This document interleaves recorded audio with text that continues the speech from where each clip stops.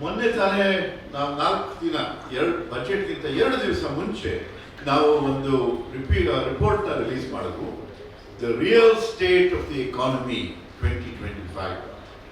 ದೆಹಲಿಯಲ್ಲಿ ಮಾಜಿ finance minister Chidambaram ಅವರು ಇದನ್ನ ನೇಷನ್ ವೈಡ್ ರಿಲೀಸ್ ಮಾಡಿದ್ರು. ನಾನು ಒಂದು ಪ್ರೆಸೆಂಟೇಷನ್ ಮಾಡಿದೆ ಇರುತ್ತೆ ಒಂದು ಪ್ರೆಸ್ ಕಾನ್ಫರೆನ್ಸ್ನಲ್ಲಿ.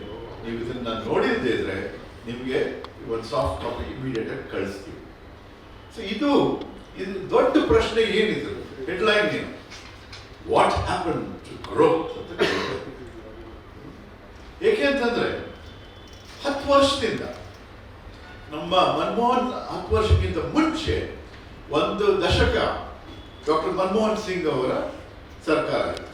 ಆವಾಗ ಭಾರತದ GDP ಗ್ರೋತ್ ರೇಟ್ 8%ಗಿಂತ ಜಾಸ್ತಿ ಇರ್ತಾ ಇತ್ತು. 7.6 ಅಂತ ಇವರು ರಿವೈಸ್ ಮಾಡಿ ಹೇಳಿದ್ದಾರೆ ನಮಗೆ.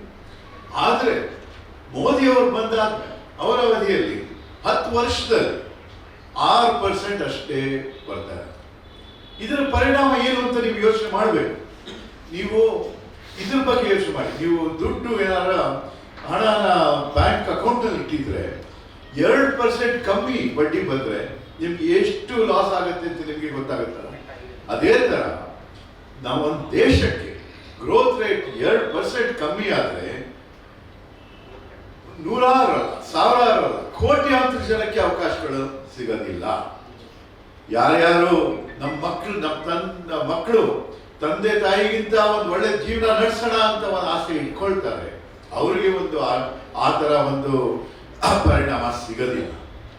ಅದಕ್ಕೋಸ್ಕರ ನಾವು ಏನು ಈ GDP ಗ್ರೋತ್ ರೇಟ್ ಅಂತ ಮಾತಾಡ್ತೀವಿ, ಇದು ಬರೀ ನಂಬರ್ಸ್ ಅಲ್ಲ, ಇದರ ಹ್ಯೂಮನ್ ಇಂಪ್ಯಾಕ್ಟ್ ಅಂತ ಅಂತೀವಲ್ಲ, ಅದು ಬಹಳ